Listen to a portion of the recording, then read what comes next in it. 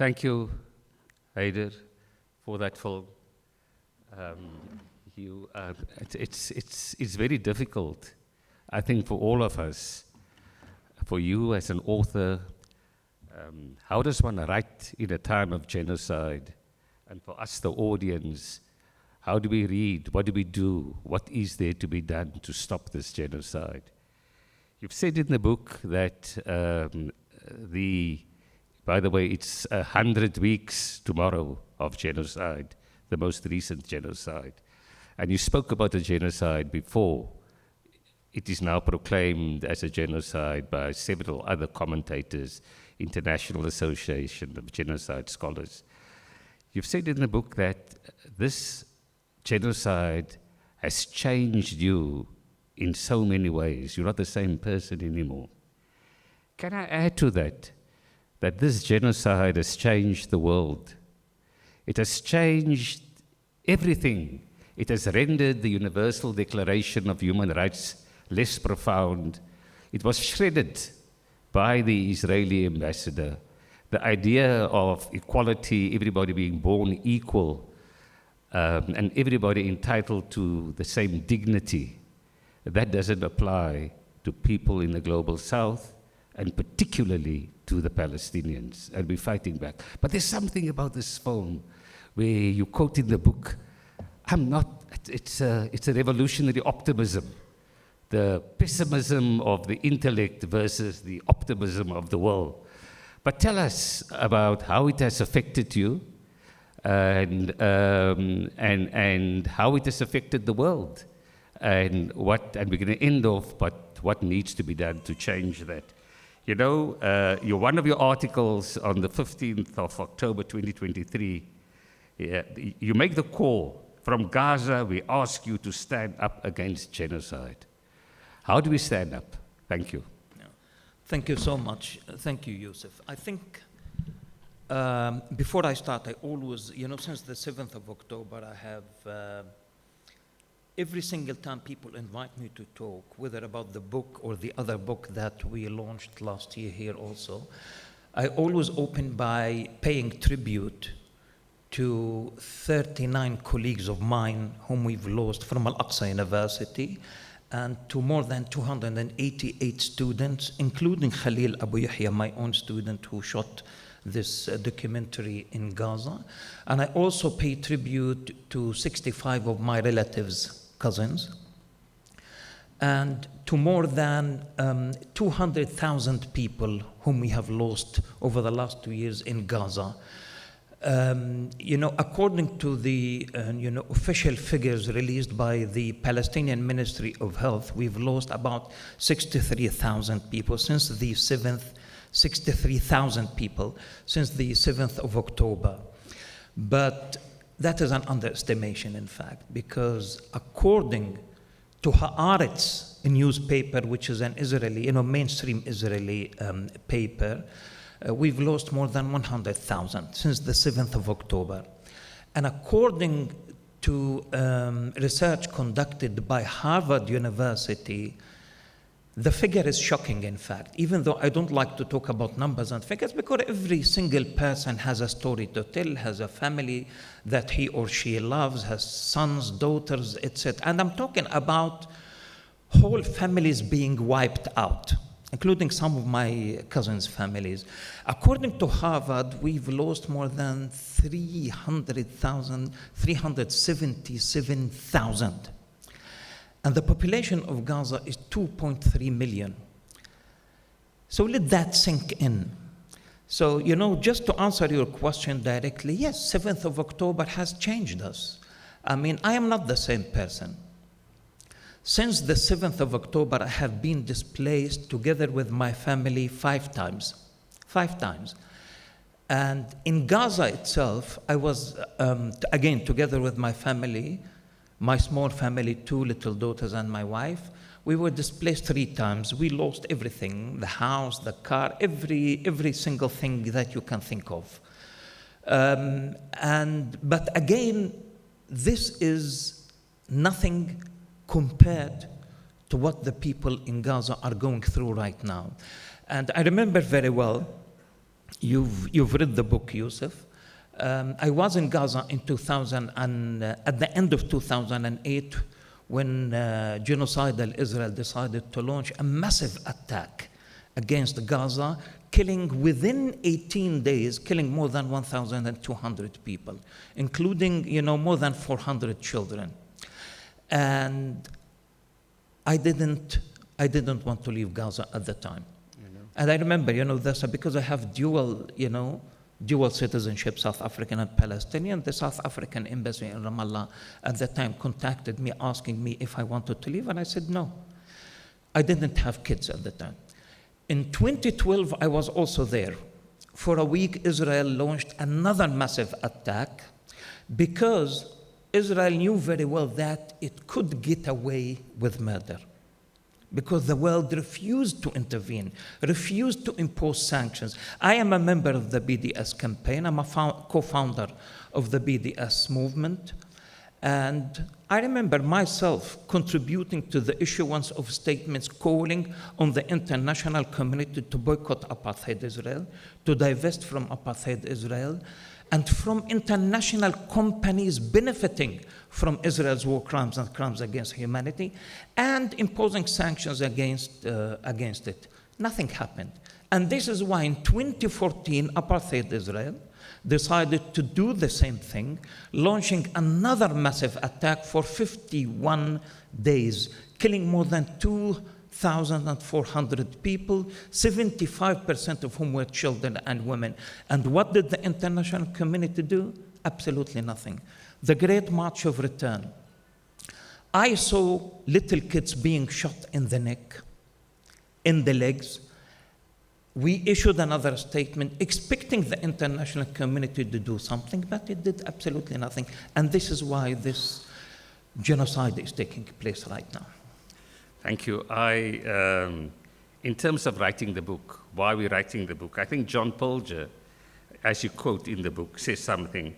What happens in Gaza is a defining moment of our time, which either grants us the impunity of war criminals, the impunity of our silence, while we contort our intellect and morality, or gives us the power to speak out. Absolutely. Now, we, as you know, we tried very hard, and you were very reluctant, and you were vacillating to come to South Africa, because we wanted somebody to tell the story here in those horrible years, months, and here in November, December 2023. And your journey was like an odyssey. It was bombing, and I remember one of your daughters had a toothache, and your dentist was bombed. You mentioned his name. But the authenticity of this book, the beauty of this book lies in its authenticity, in that you have humanized all those figures, that 200,000, 300,000. You have given a different meaning to the word rubble, and the disentanglement and the mangling of the human body. And tell us about the silence, the complicity, and why it is so necessary to have books like this, and the way in which we write it, from Palestinians, about Palestinians, and to hold the media in South Africa and globally to account for their complicity. Yeah, no, thank you, Yusuf. I think just before I answer that question, I need also to mention that the book is dedicated to Hind Rajab. And the little child, who's the same age as my little daughter Salma, Hind Rajab was killed after her desperate call with the Red Crescent in Ramallah. She was trying to escape together with her family. They killed all her family. Her little sister called the Red Crescent, and then she was shot dead, and Hind Rajab was left alone until she died. After 365 bullets. That's correct. And there were instances of silence, and they asked her to speak, and she said she's got a dress on, and every time she speaks, the blood falls on the dress, and she doesn't want her mommy to wash that. Yeah. I didn't want to go into detail because it's a very traumatic experience, I must tell you, because she was killed behind my house. I mean, yeah, she was killed behind my house. I know exactly where she was killed. And I think it's important for people, to understand that we have a voice and we are agents. And to answer the question, most of the books that have been written about Gaza have been written by people living outside Gaza and who are not Palestinian. I mean, if you think about it, and I'm sure people will understand what I'm saying, how many books have you read, books that are written by Gazans, Palestinians living in Gaza? You can count one, you can count two. But I think, it is important to understand that, yes, we need voices out of Gaza. My close friend, Rifat al-Ara'ir, some of you already know the Palestinian poet, a colleague of mine, who was killed. He was threatened, and then he was killed together with his family, about 9 members of his family. He was killed because the Israelis did not want to hear any Palestinian voices coming out of Gaza. And the book, in fact, the idea of the book came to my mind after leaving Gaza. And I must say that it was inspired by the late Edward Said, Palestinian voice, Edward Said's call on us Palestinians to narrate our story, to narrate our narrative. One of my favorite pieces written by Edward Said is titled Permission to Narrate. Permission to Narrate, in which he calls on us Palestinians to take our struggle to the world of representation, because it's about the way we represent our struggle and the way we represent our suffering as well. And this is why we decided to produce this documentary, which was shot in Gaza by Khalil Abu Yahya, one of my former students, and who, after graduating from Al-Aqsa University, became a BDS activist and an advocate for one state, a secular democratic state between the Jordan River and the Mediterranean. So I think the importance of the book lies in the fact that it is written by somebody who was born in Gaza, who lived in Gaza. It has nothing to do with me as Haidar Eid. It has everything to do with Hind Rajab and all the Palestinian children whose bodies remain under the rubble in Gaza. And also about the issue around refugees. And what is the title of this book, Banging on the Walls of the Tank? Well, this is the end of, I said, the book was inspired by the works of Edward Said, but more importantly, actually, it was inspired by one of my role models personally, the Palestinian writer, novelist Ghassan Kanafani. His first novella that was written in 1958 and published 3 years after that ends with this question: why didn't you bang on the walls of the tank? The story of 3 Palestinian refugees representing the 3 Palestinian generations at the time, 10 years after the Nakba, the catastrophe. 3 Palestinians who want to be smuggled from Iraq into Kuwait. So they hide inside a tank of a lorry that is driven by a Palestinian driver. And on the border, they hide in the border between Iraq and Kuwait. They hide inside the tank and they suffocate. They die. And then when the driver discovers that, he just starts pulling his hair and keeps asking this question: why didn't you bang on the walls of the tank? Metaphorically speaking, it's a call for revolution. But at the same time, these 3 people, 3 Palestinians, in fact banged on the wall of the tank, but the world was deaf. The world couldn't hear the banging on the walls of the tank. And this is what is exactly happening in Gaza right now. And the world is still there. But Richard Falk, in his prologue, says the beauty of this book not only lies in its dissection of what is taking place, but you also consistently end off about the actions that we need to take. And you make a clarion call for BDS.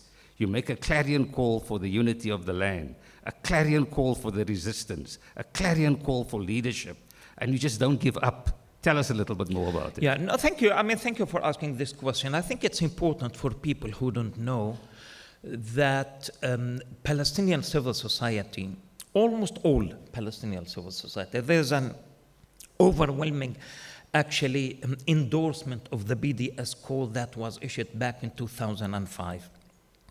I was in Palestine at the time, but before that, in 2004, a group of Palestinian academics, artists, cultural figures came together and issued a statement calling on international universities after learning from the South African experience, in fact, calling on international universities, cultural institutions, etc., to boycott all Israeli academic institutions due to their complicity in Israel's violations of our basic human rights.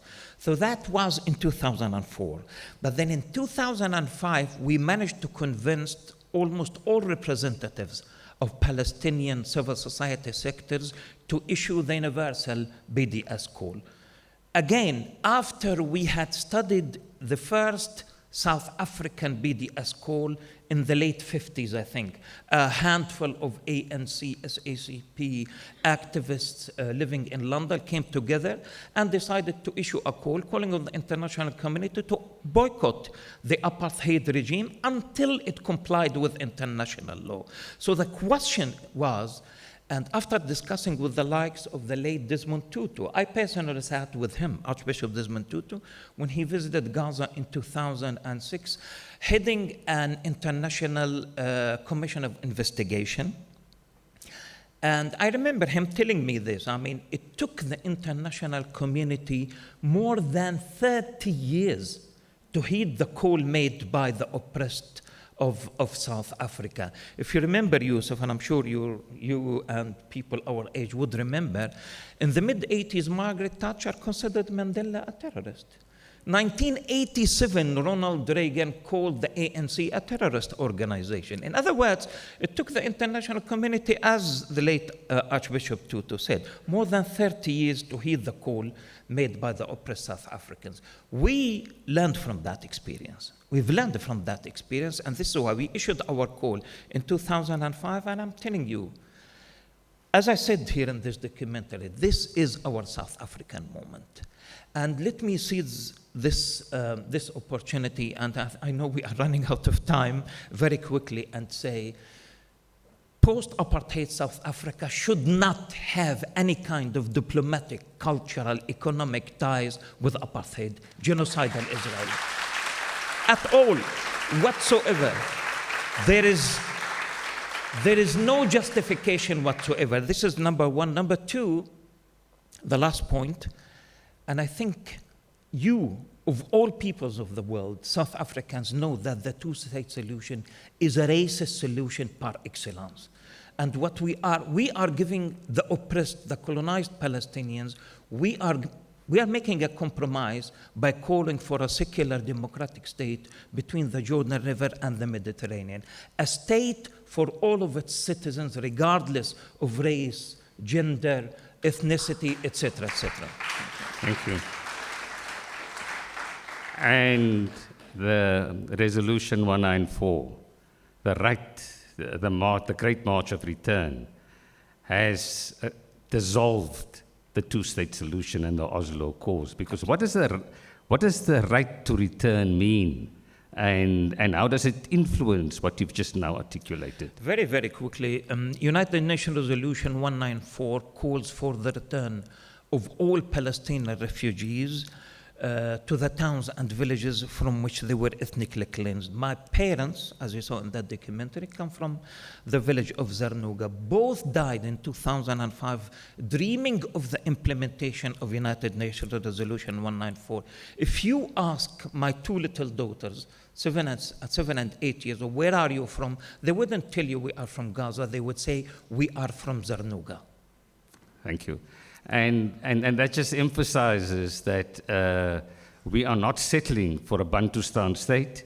We are settling for the unity of the land in Palestine as it existed in 1948. Absolutely. Thank you. You made reference to the parallels with South Africa, but Richard Falk makes the point, what we may be missing in this is in South Africa we dealt with national oppression, the liquidation of exploitation, but you're dealing with something else here.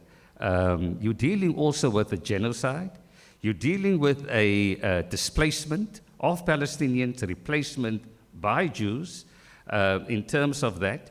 And you're also dealing with an imperialism which is hell-bent to preserve its plunder and pillaging of the region, and it's willing to recarve and recolonize that region. And the importance of that question in terms of what we must do outside, can you just elaborate on that, please? Yeah, thank you. I think, when Archbishop Tutu visited us in 2006, and actually other anti-apartheid activists visited us in the West Bank and the Gaza Strip, and since then we've been having all these discussions with them. Almost all South African activists agree that what we are witnessing in Palestine is far worse than apartheid. What we are going through in Palestine, we in the BDS movement, we call it a multi-tiered system of oppression. Multi-tiered system of oppression. According to international law, this is not just a personal view. Number one, the occupation, direct military occupation of the Gaza Strip and the West Bank that took place in 1967 is illegal under international law, including the building and expansion of the existing illegal Israeli settlements. And all settlements are illegal under international law. So this is number one, so direct military occupation. Number two, there are similarities and differences between apartheid South Africa and apartheid Israel. There are more than 1.4 million Palestinians living as third-class citizens in Israel, Palestinian citizens of the State of Israel. And when we say apartheid Israel, again, some Zionists get offended. Well, Israel's mainstream human rights organization, B'Tselem, calls it apartheid. Amnesty International calls it apartheid. Human Rights Watch calls it apartheid. And now, even B'Tselem, Israel's mainstream human rights organization, says what is happening right now in Gaza is genocide. Genocide is the mother of all crimes. It is worse than apartheid. Now, when you think about it, your generation, did you ever see F-16s, Apache helicopters attacking black townships in South Africa under apartheid? What we are going through right now in Gaza is a deliberate starving of the people of Gaza. More than 3,000 people have died as a result of the deliberate starvation of the people of Gaza. The UN calls it famine. It is famine. Children of Gaza are being starved to death. Did that happen in South Africa? Because when people compare, but this is not to belittle or underestimate the suffering of the people of South. No, not at all. But we're talking about similarities and differences and the lessons we can learn. You in South Africa relied on what you called the 4 pillars of struggle, Yusuf. The armed struggle. It was your right to fight against the apartheid regime. Nelson Mandela was arrested in 1964, accused of sabotage, spent 27 years in jail. Armed struggle. 2, political underground. 3, mass mobilization. 4, international solidarity and BDS. And we've tried all of that, Yusuf.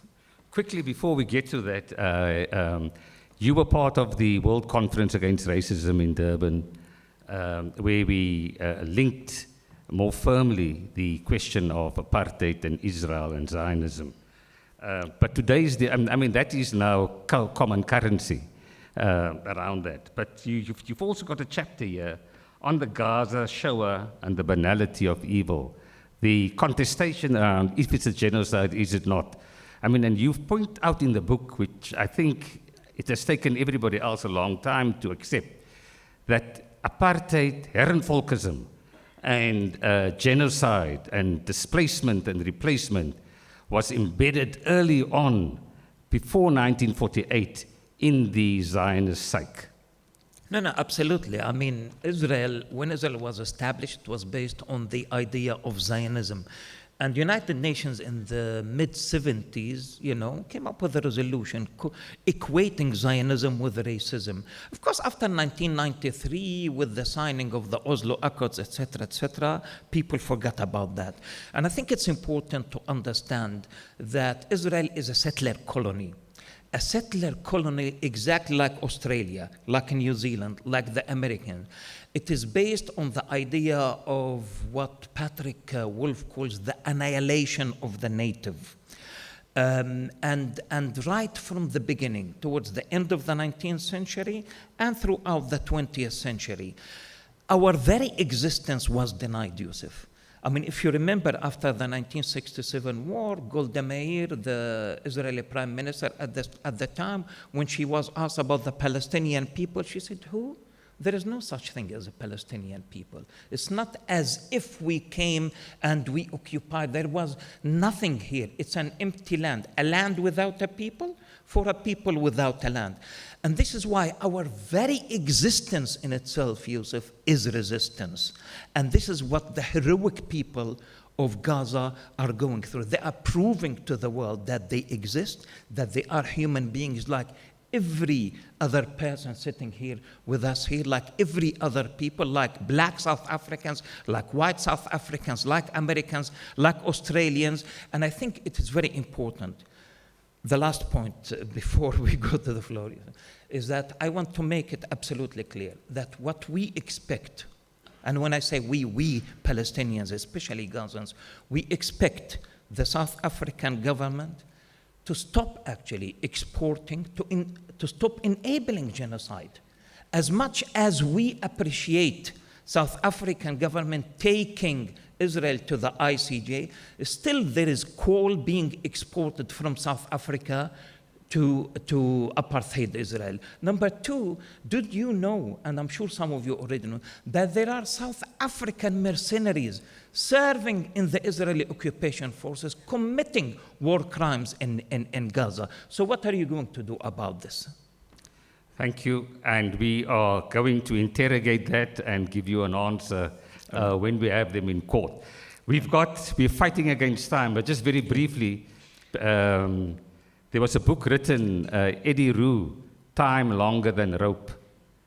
And it's a Jamaican, it's a West Indian saying, when the slaves rebelled and they were hanged with a rope, they said, time is longer than the measurement of that rope. And that captures, in terms of a parallel, historically, the sumud of the Palestinians. We won't give